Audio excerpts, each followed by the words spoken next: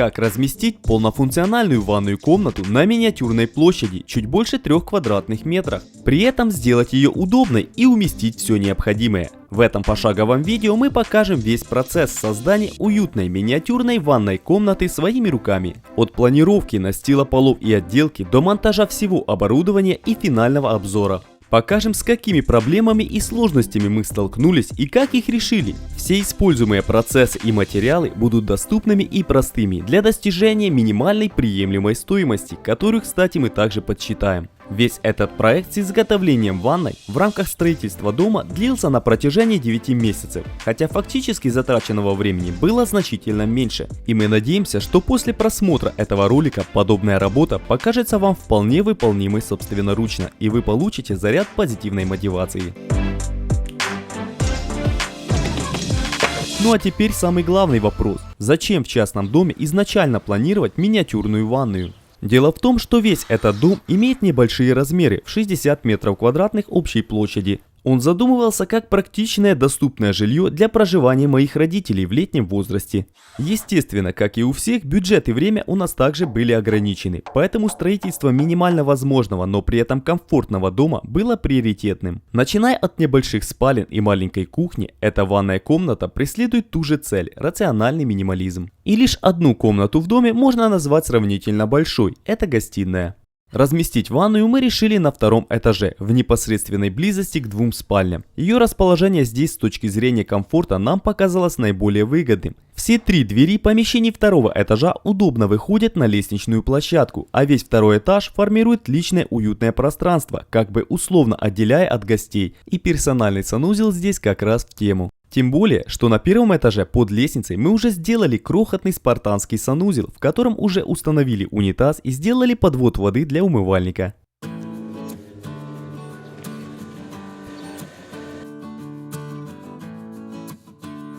Началом работ над главным санузлом стала разводка канализации. Канализационный стояк поднимается из помещения кухни, да и вообще размещение ванны над кухней было отличным решением. Так сосредоточенность всех коммуникаций и инженерных систем в одной части дома позволила уменьшить их протяженность и существенно сэкономить на материалах. После монтажа всех выходов канализации мы приступили к монтажу водопровода. Количество точек подключения воды у нас было аналогично с ваннами стандартных размеров. Большую часть разводки труб мы разместили в каркасной деревянной перегородке. Ну а остальные подводящие трубы скрыли в деревянном перекрытии. В этом же перекрытии мы протянули и трубы отопления, а также повесили радиатор, разместив его под окном.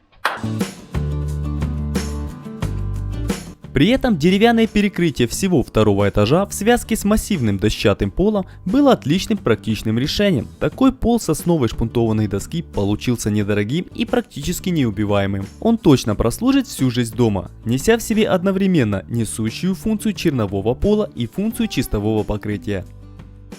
Но для ванной комнаты деревянный пол не самый подходящий вариант, и сейчас мы покажем вам простой, надежный вариант изготовления плиточного пола по деревянному основанию. Подобная проблема часто повстает в каркасном домостроении, там в основном напольную плитку укладывают поверх толстых листов ОСП, приклеивая ее специальным каучуковым или другим резиноподобным составом. Такой вариант получается дорогостоящим и малодоступным. Наш же вариант получится дешевле и сподручней. В качестве основания мы также будем использовать лист ОСП, только с небольшой толщиной в 10 мм.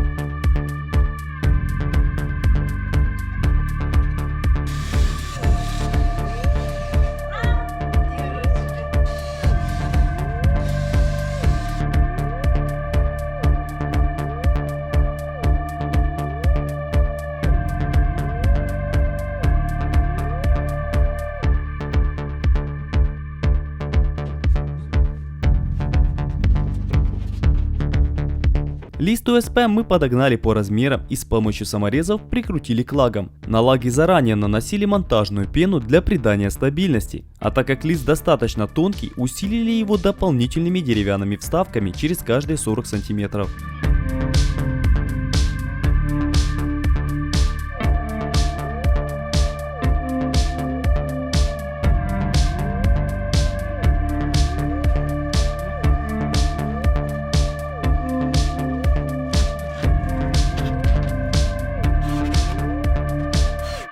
Такая конструкция пола по факту уже получилась достаточно жесткой, но еще не обладала нужными качествами. К работе с полом мы вернулись чуть позже, после обшивки стен и потолка листами влагостойкого гипсокартона.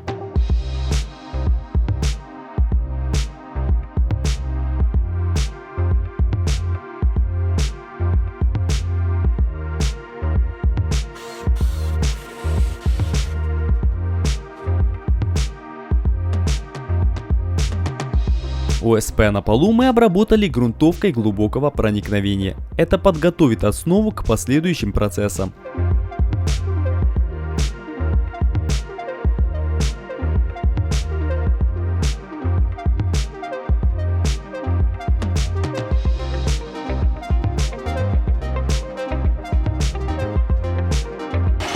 А следующим процессом к подготовке основания под керамогранитную плитку стала приклейка обычных листов стенового гипсокартона к листам ОСП с помощью монтажной пены. Равномерно наносили монтажную пену и прикручивали гипсокартон саморезами к основанию из ОСП. Здесь важно закрутить достаточное количество саморезов для противодействия расширению пены или использовать специальную клей-пену с малым коэффициентом расширения. Гипсокартон в этом сэндвиче за счет своей толщины также укрепляет основание и работает отличной промежуточной прослойкой между подверженным расширением деревом и более статичным керамогранитом.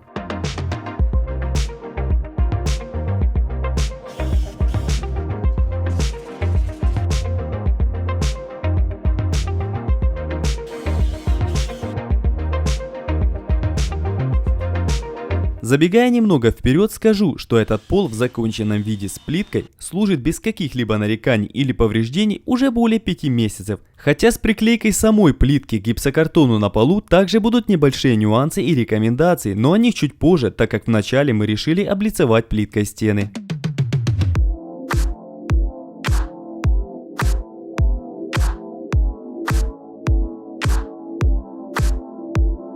Настенную плитку укладывали со второго ряда. Периметр обозначили лазерным уровнем, а подпереть плитку от сползания в начале решили с помощью алюминиевых профилей.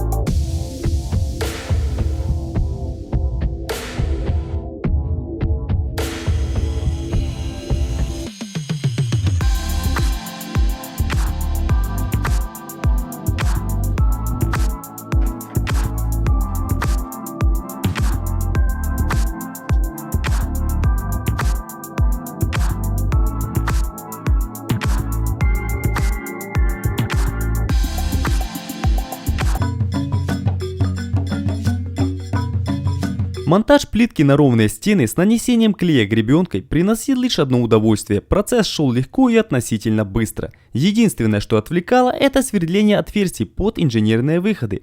Малые отверстия мы делали с помощью алмазной коронки. Такую коронку нужно врезать в материал под углом, твердо держа дрель в руках. И хотя она легко справляется со свердлением, но начальное врезание в материал без центровки немного портит вид контура на лицевой части. Самым простым способом центровки в полевых условиях будет использование первого шаблонного отверстия для начального засверливания всех остальных отверстий. Так края у них будут идеально ровными.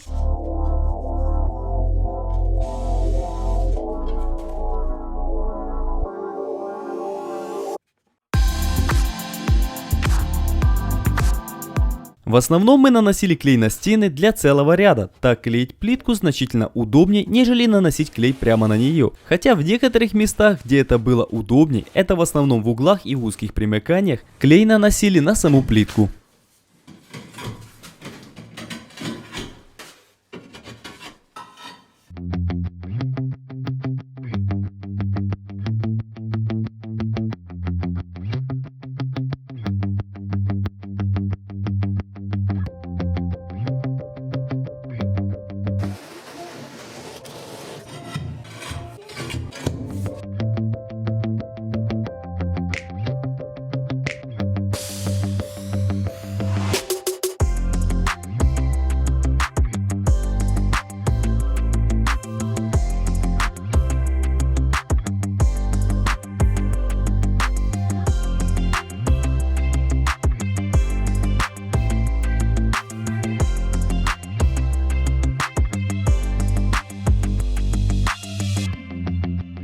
С идеально правильной раскладкой плитки мы особенно не заморачивались, старались избегать подрезных узких полосок в углах и самое главное пытались четко сводить все горизонтальные швы по периметру 4 стен. Ведь именно кривая стыковка этих швов в углах сильно бросалась бы в глаза, портя всю картину. Весь процесс укладки плитки на все 4 стены с общей площадью в 15 квадратных метров занял у нас один день. И следующей нашей работой стала укладка керамогранита на пол. Здесь для прочного соединения мы наносили клей как на основу, так и на саму плитку, стыкуя их перпендикулярно бороздкам. Для начала мы приклеили первую плитку в центре помещения, выровняв ее относительно стен и по горизонту. Это дало нам возможность четко отмерять все остальные подрезные плитки, идущие по периметру. Большую часть подрезки мы сделали с помощью плиткореза, ну а сложные вырезы выполняли с помощью болгарки с алмазным кругом. Этим же алмазным кругом вырезали большие отверстия. Так как алмазных коронок такого размера у нас не было, а вольфрамовые коронки, которые были в наличии, с керамогранитом не справились. Сначала вырезали квадратные отверстия, а потом, выбирая материал под углом с обратной стороны, придавали отверстию подобие круглой формы. Ну так, почти круглое. При укладке плитки на наш импровизированный сэндвич на деревянном основании мы использовали клей для теплых полов. Он стоит незначительно дороже обычного, но при этом обладает большей эластичностью, что на подобной основе будет плюсом. А также следили, чтобы клей не попадал в шов, и в процессе подчищали швы до основания шпателем, так как в последующем эти швы мы заполним аквариумным силиконовым герметиком. Он имеет отличную адгезию и идеальную водостойкость для подобных задач. Эластичный шов в такой системе сделает все напольное покрытие более подвижным и менее подверженным отслоению самой плитки.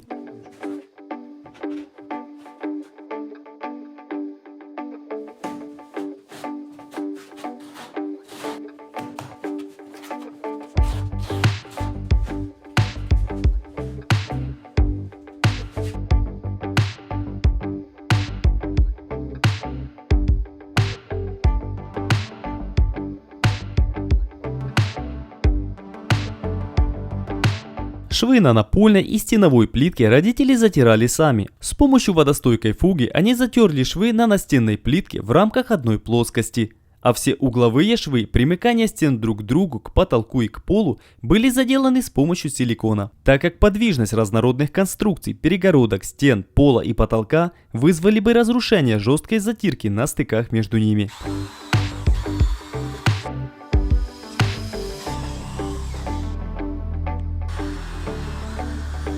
Из деревянных реек отец изготовил подрамник под ванную. В итоге он будет отделен от влажности общего помещения экраном с герметизацией, поэтому прослужить должен достаточно долго.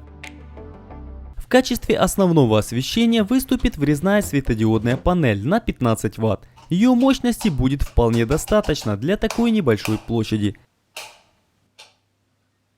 Мы также установили все розетки для бытового оборудования, и первым электропотребителем у нас стал бойлер, установкой которого мы и занялись в первую очередь.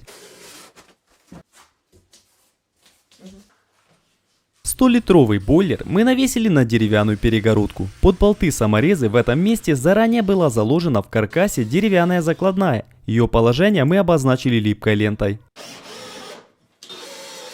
Водонагреватель разместили в углу помещения у самого потолка, так он минимально занимает полезное пространство.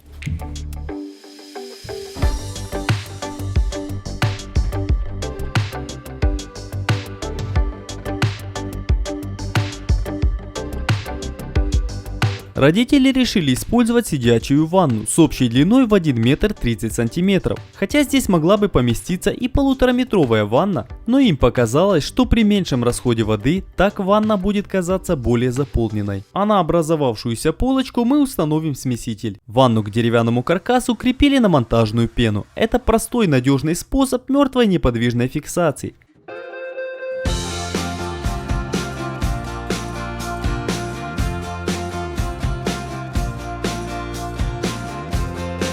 Место под смеситель дополнительно усилили фанерной закладной.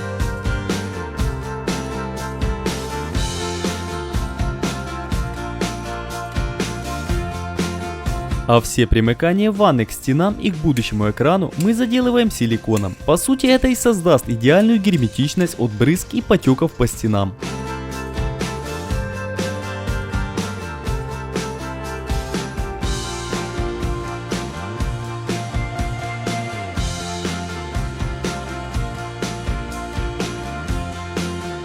На этом этапе с установленной ванной и бойлером в доме можно уже было помыться. Поэтому в конце 2019 года, накануне Нового года, мы переселили родителей в новый дом.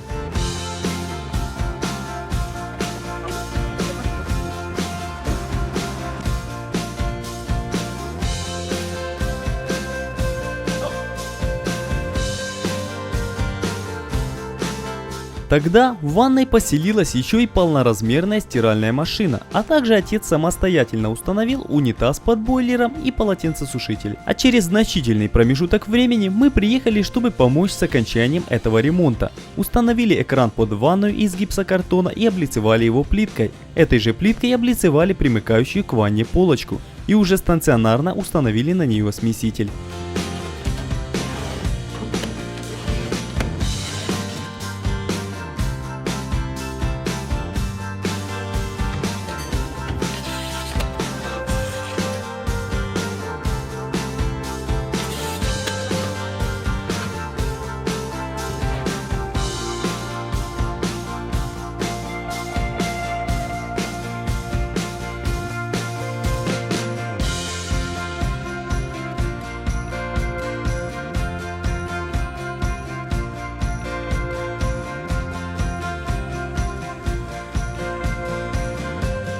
Навесили на стену небольшой умывальник, смонтировали инспекционный лючок, подключили радиатор отопления, и ванная комната стала полностью функциональна. Я бы оценил ее готовность процентов на 90, так как еще остались мелкие недоработки. Нужно затереть швы на экране, навесить зеркало над умывальником и установить вместо шторки нормальную входную дверь. При размерах ванной комнаты в 1,5 на 2,1 метра, а это 3,2 квадратных метра площади, нам по факту удалось достаточно удобно разместить на них ванную, унитаз, 100-литровый бойлер, радиатор отопления, умывальник, полноразмерную стиральную машину и полотенцесушитель.